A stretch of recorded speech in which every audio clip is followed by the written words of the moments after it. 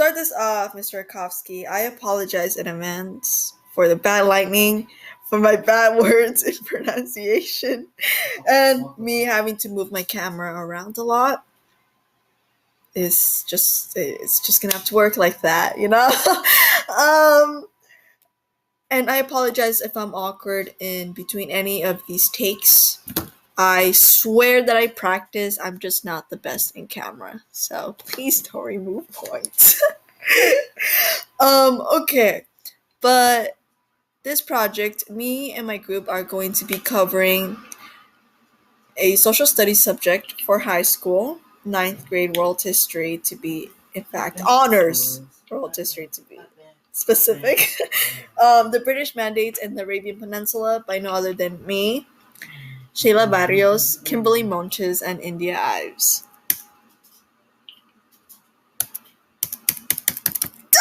Okay, that's fine.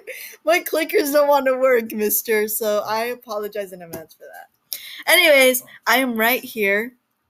I guess you know this by now. My name is Shayla. We've been in this class for a whole semester, so that should be pretty obvious. Hi, I'm Kimberly.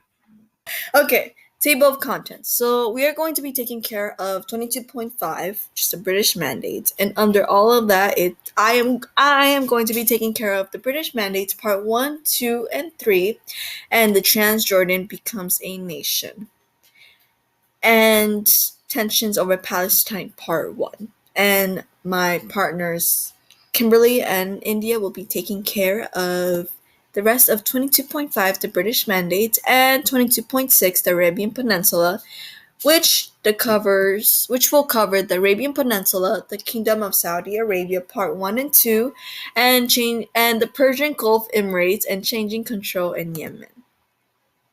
Okay, 22.5, the British Mandates. The British Mandates Part 1. In the Sykes-Picot Agreement of 1916, Great Britain and France decided that the territory of Palestine was to be treated differently from the rest of Greater Syria.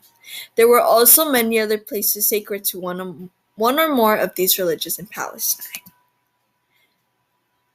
I apologize for moving my camera a lot.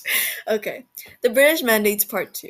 In 1917, Great Britain issued the Balfour Declaration expressing support for a national home for the Jews in Palestine.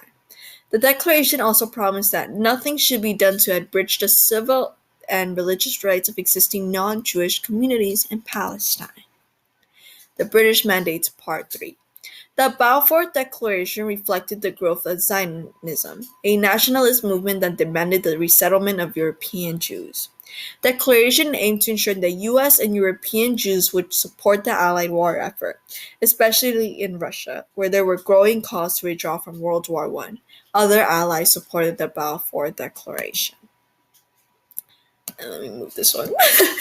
Transjordan becomes a nation. The Bedouin tribes living in the area were ready to accept Abdullah as the ruler who would help unify Transjordan as a nation. In 1923, Great Britain declared Transjordan as British protectorate preparing for independence.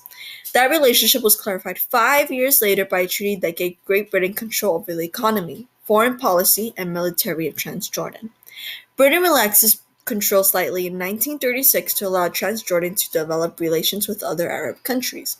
This help also built a strong base of British officers with whom Abdullah kept the Bedouin tribes of the region under control.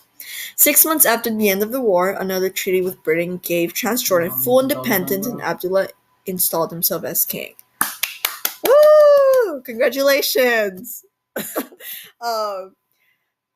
And I will now pass it on to Kimberly to continue off. So, bye! Tension over Palestine Part 1. Growing anti-Semitism in Europe in the late 1800s strengthened the Zionist movement. After the Russian Revolution of 1905, persecution caused thousands of young Russian Jews to flee to Palestine. 2. Arab opposition to Jewish immigration grew over time, but Faisal agreed to support Jewish settlement in Palestine on one condition, that the Allies recognize Greater Syria's independence. 3. The British gained control of Palestine in 1917 and remained in control for the next 30 years. Arab leaders rejected the Balfour Declaration in 1920 and again in 1921, and the anti-Zionist riots broke out in Palestine. In 1922, the League of Nations recognized the Jewish historical connection with Palestine and authorized Britain to establish a Jewish homeland. Jewish immigration slowly increased after World War I, and by 1933, nearly 240,000 Jews lived in the Palestine Mandate. This influx of Jewish immigration alarmed Palestinian Arabs, who launched a major uprising in 1936. Britain sent 20,000 troops and put down the revolt in 1939, while the Zionists armed a Jewish military force to protect them from these attacks.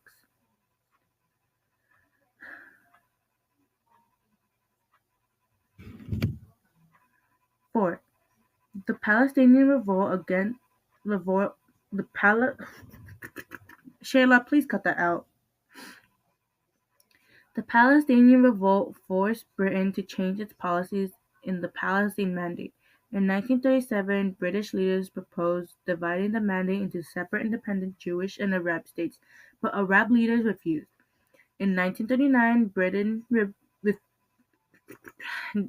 Shayla, I am so sorry that you had to listen to all of this. I was doing good too. You done? No. Tension over No, why am I saying the whole thing again? Part 4. The Palestinian. I'm gonna kill myself.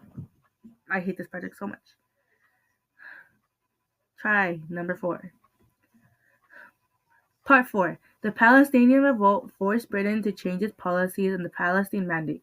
In 1937, British leaders proposed dividing the Mandate into separate independent Jewish and Arab states, but Arab leaders refused. In 1939, Britain withdrew its support for a Jewish homeland and promised that the Mandate would become an independent Arab state within 10 years. Radical Zionist leaders launched a guerrilla campaign against British rule, leading to assassinations, kidnappings, bombings, sabotage, and some acts of terrorism. The United States pressured Great Britain to let 100,000 Holocaust survivors into the Mandate, but the British had had enough and turned to the United Nations to find a solution. Iraq and independence. Iraq became a British mandate after World War I, with Faisal as king and a treaty of alliance with Great Britain. Let me restart that one because I didn't like that one. Okay. Hopefully this is the last take I take of this one. Iraq and independence. Iraq became a British mandate after World War I, with Faisal as king and a treaty of alliance with Great Britain, but nationalists continued to call for full independence. After Faisal's death in 1933, the army took over and controlled Iraq until 1941, leading to instability and economic growth. During World War I, Iraq remained neutral, but after Germany conquered France, nationalist leaders urged Iraq to free the Palestine and Syria mandates from the British and French. Slide 14, 22.6, the Arabian Peninsula. Arabian Peninsula. The nation of Saudi Arabia was shaped by the vision of its creator, Ibn Saud, who built his state around the teachings of Wahhabism and was the only Arab leader who was independent of the Western powers between World Wars I and II. The Kingdom of Saudi Arabia, Part 1. The first Saudi state was formed in 1750 by local ruler Muhammad ibn Saud and Islamic religious reformer Muhammad ibn Abdul Wahhab. Over the next 150 years, Saudi Arabia fought other Arab families, Egypt, and the Ottoman Empire for control.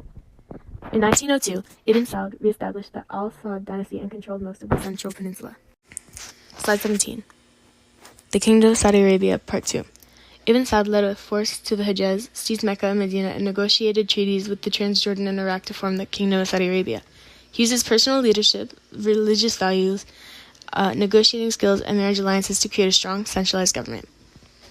Saudi Arabia's main source of revenue was the annual Muslim Hajj, but the Great Depression in the 1930s caused a decline in the number of pilgrims. In 1938, an American company discovered oil in Saudi Arabia, leading to the formation of Aramco to manage production and share the wealth. Foreign oil workers began arriving after 1944. Slide 18, Part 1. The Persian Gulf Emirates. Britain became interested in the Persian Gulf region in the early 1800s due to its desire to protect its routes to India and to prevent the Ottomans or other great powers from creating spheres of influence. It concluded treaties with the sheikh or tribal and family leader in each region, recognizing their control within certain borders and promising to protect them. The British treaties of the late 1930s and early 1940s changed traditional and tribal relationships by defining land ownership. This was important when oil was discovered in Kuwait and Qatar as foreign oil companies looked for the owner of the land. When oil production began, the sheikh and his family became rich and distributed their wealth to the region they controlled. This initially meant gifts for friends and food, but eventually paid for schools, hospitals, and roads in the sheikhdom. Slide 19. Changing control in Yemen. The British captured Yemen's port city of Aden in 1839 and spread their control east along the Gulf of Aden. In 1904, a treaty set the border between two regions. North Yemen became independent at the end of World War I, while South Yemen remained under British control. In 1937, Aden became a British colony, and South Yemen was made a British protectorate. Thanks for watching. Awesome work.